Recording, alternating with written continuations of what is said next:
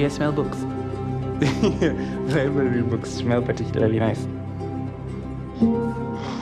Okay, not all of them.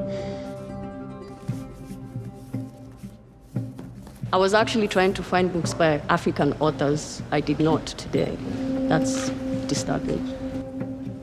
When it was opened in 1931, this library was purposefully for white use. And then eventually, with independence coming, that's only when it was actually open to use by Africans. So for more than 50 years now, there was never an attempt to decolonize that quite purposefully. And so I suppose in our own crazy way, we're challenging that.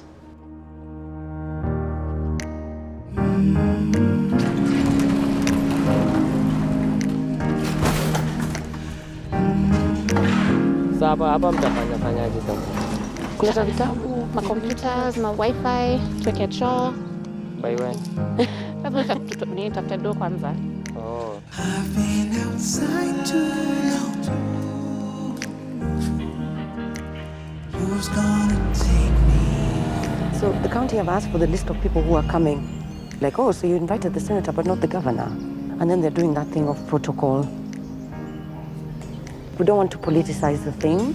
What we're interested in is restoring the library.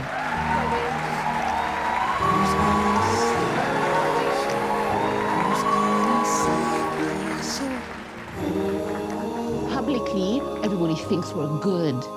It was like, we've never been worse.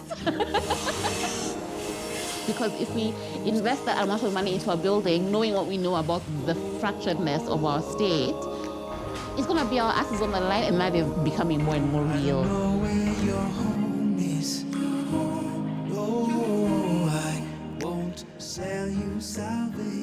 One of the most glaring fault lines in the construction of the Kenyan nation is not the absence of memory, but rather the deliberate institutionalization of amnesia.